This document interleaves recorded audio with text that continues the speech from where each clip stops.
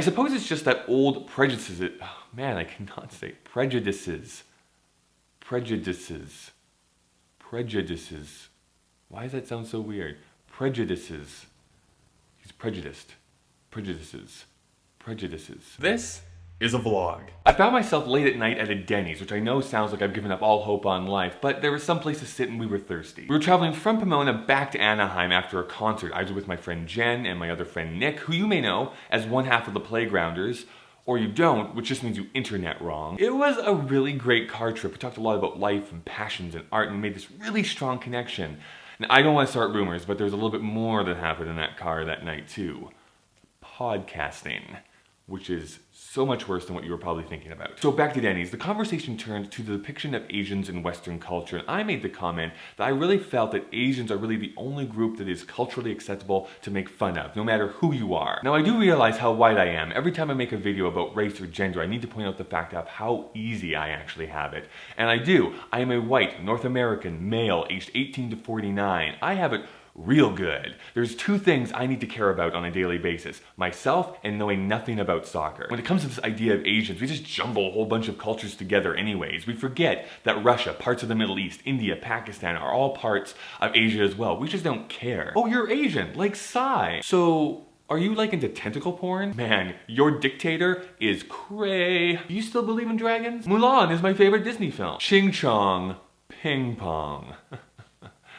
Because of the sounds. Now, I know I'm not exactly being 100% fair here. Most North Americans also probably couldn't tell you the difference between Ireland, Scotland, England, and Wales, which, just as an aside, drunk, cheap, pretentious, and who cares? There was a time where people were legitimately fearful of a yellow peril that was going to happen to North America. East Asians would swarm into our land and take our jobs. They took our gerbs, and they would, marry our women and make the language their own and really just bring the end of Western civilization as we know it. I suppose it's just that old prejudices die hard. I've seen people born and raised in Canada or the United States being asked, but where are you really from?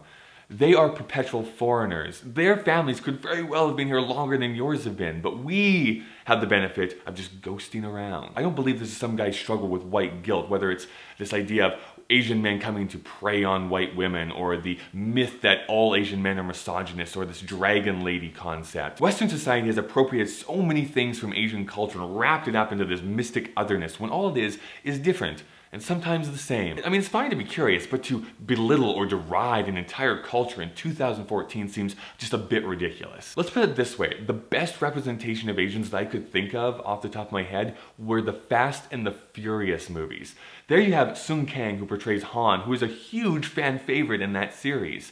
And it's not because he's emasculating himself, he's not trying to be funny, he is just a real character with a real arc. It may also have something to do with the fact that Justin Lin has been the director for the last 4 films, but representation is a good thing. When there are recent films like Cloud Atlas or Ted who either use yellowface or are outright racist in parts, you kind of have to wonder. What I'm trying to say is that Vin Diesel is our savior. I believe that we've infantilized Asians because of some kind of misplaced guilt, or else the accent is just so foreign to us from European descent that we think of them as completely other or subhuman. But what are your thoughts? Why do you think it's okay for us to laugh at and not with Asians? Let me know down in the comments below. Speaking of comments, commenting on comments.